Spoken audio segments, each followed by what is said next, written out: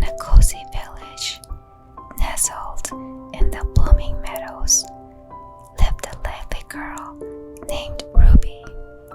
She had curly golden locks that bounced as she skipped through the cobblestone streets. Ruby was known for her favorite red hooded cloak, and everyone in the village affectionately called her Little Red Riding Hood. One sunny morning, Ruby's mother called her into the kitchen. "Ruby, my dear," her mother said with a warm smile, "your grandmother is feeling a little under the weather. Would you be a kind-hearted girl and take this basket of freshly baked goodies to her? It will surely lift her spirits." Ruby's eyes sparkled with excitement as she eagerly accepted the task. She carefully packed the basket with warm, buttery biscuits and a jar of Mother's homemade strawberry jam. The delicious aroma filled the air, making Ruby's tummy rumble with excitement. "Don't stray from the path," her mother reminded her, "and be sure to come straight back home. The forest can be a mysterious place." With the basket held tightly in her hands, Ruby bid her mother farewell and set off on her journey to her grandmother's cottage. As Ruby ventured deeper into the forest, she noticed a strange rustling sound coming from a nearby bush. Curiosity tingled in her fingertips, and she cautiously approached to investigate. With wide eyes, she discovered a mischievous-looking wolf named Walden, his golden eyes gleaming with mischief. Walden, who possessed a unique power to morph into any person or animal, was known for his cunning tricks and sly nature.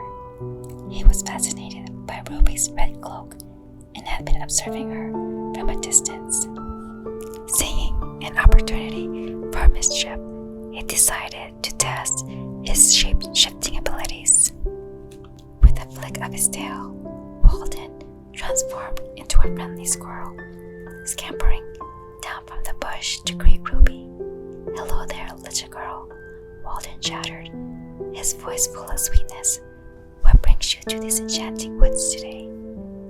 Ruby's eyes widened with surprise as she crouched down to meet the talking squirrel. "Oh, hello. I am Little Red Riding Hood, and I'm on my way to deliver these trees to my grandmother. She's feeling a bit unwell." The squirrel Walden nodded kindly. "How thoughtful of you, Little Red Riding Hood. Your grandmother will surely appreciate your kind gesture. But do be careful. The forest can be full of surprises." Ruby smiled warmly. "Thank you for the warning, Mr. Squirrel. I'll be extra cautious." Ruby ventured further into the heart of the forest, the towering trees casting long shadows as the sun began its descent. The path twisted and turned, but Ruby's determination never wavered. She couldn't wait to see her beloved grandmother and bring her comfort with a basket of delicious treats. As Ruby followed the winding trail, a sense of unease crept over her.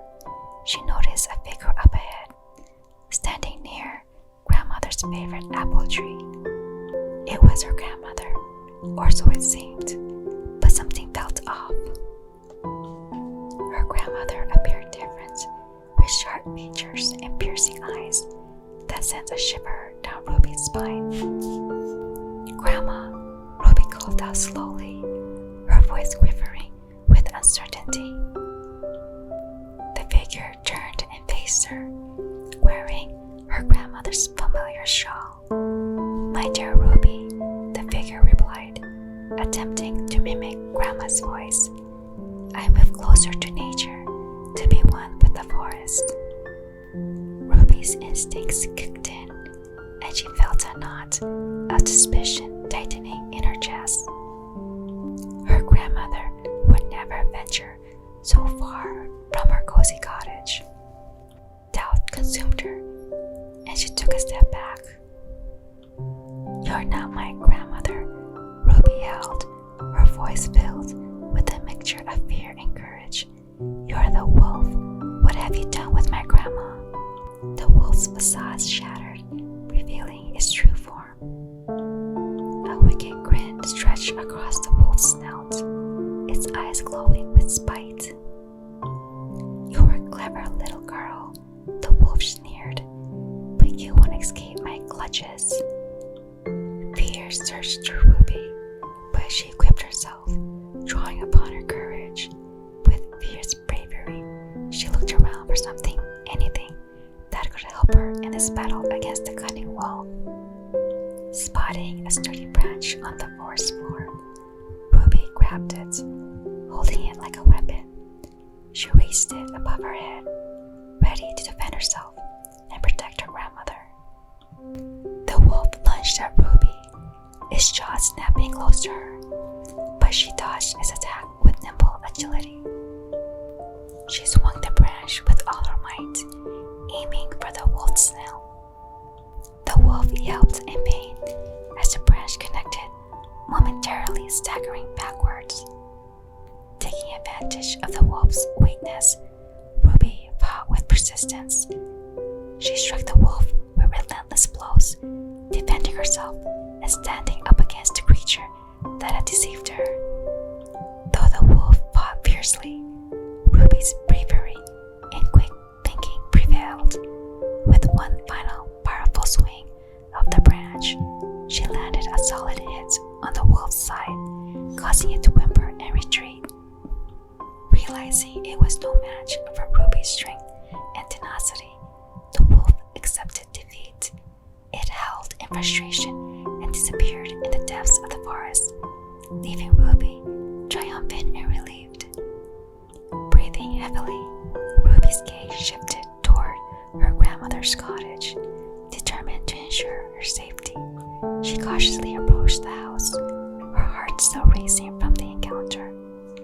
As Ruby stepped through the cottage door, she found her real grandmother nestled in bed, weak but safe.